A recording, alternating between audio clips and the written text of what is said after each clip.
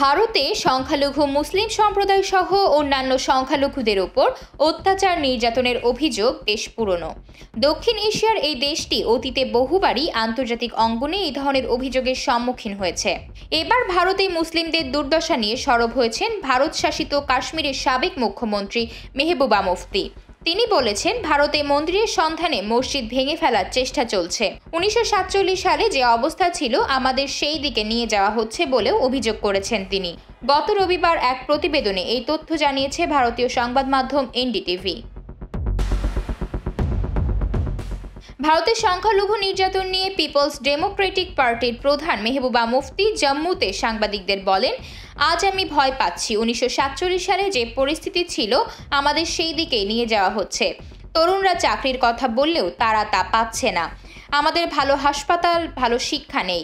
তারা রাস্তার অবস্থার কোনো উন্নতি করছে না, কিন্তু মন্দিরের সন্ধানে মসজিদ ভেঙে ফেলার চেষ্টা করছে। মসজিদে মন্দির না খুঁজে কর্মসংস্থান সৃষ্টি বেশি জরুরি। সম্প্রতি উত্তরপ্রদেশের সাম্ভালে মুঘল আমলের একটি প্রাচীন মসজিদে সার্ভে বা সমীক্ষা করানোর নির্দেশকে ঘিরে স্থানীয় জনতা ও পুলিশের মধ্যে দফায় দফায় তীব্র সংঘর্ষের ঘটনায় অন্তত 7 জন নিহত হয়েছেন। সহিংসতায় আহত হয়েছেন আরও বহু মানুষ। ঘটনার পর গোটা এলাকায় তীব্র সাম্প্রদায়িক উত্তেজনাও ছড়িয়ে পড়েছে বলে জানা গেছে। শহরের যে মসজিদটিকে ঘিরে এই বিরোধ দেখা দিয়েছে সেটি শাহী জামা মসজিদ নামে পরিচিত। কট্টর হিন্দুবাদী গোষ্ঠীগুলোর দাবি, প্রাচীন একটি হিন্দু মন্দির ভেঙে এই মসজিদটি নির্মাণ করা হয়েছিল। ওই ভবনের স্থাপত্যে নাকি এখনও তার প্রমাণ রয়েছে।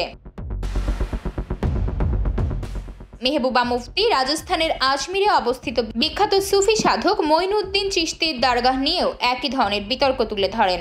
মূলত আজমির শরীফের নিচে মন্দির আছে এমন দাবি করে আদালতে পিটিশন দায়ের করেছে কট্টর হিন্দুত্ববাদী সংগঠন হিন্দু সেনা। গত সেপ্টেম্বরে এই পিটিশন দায়ের করার পর আজমিরের একটি আদালত দাবিটি খতিয়ে দেখার নির্দেশ দিয়েছেন। গত সেপ্টেম্বরে দায়ের করা ওই পিটিশনে আদালতকে আবার আজমির শরীফে পূজা করার অনুমতি দিতেও বলা হয়েছে। কাশ্মীরের সাবেক এই মুখ্যমন্ত্রী বলেন, আজমির শরীফে সব ধর্মের লোকেরা প্রার্থনা করে এবং এটি ভ্রাতৃত্বের সবচেয়ে বড় উদাহরণ। এখন তারা সেখানে মন্দিরের সন্ধান পেতে খনন করার চেষ্টা করছে।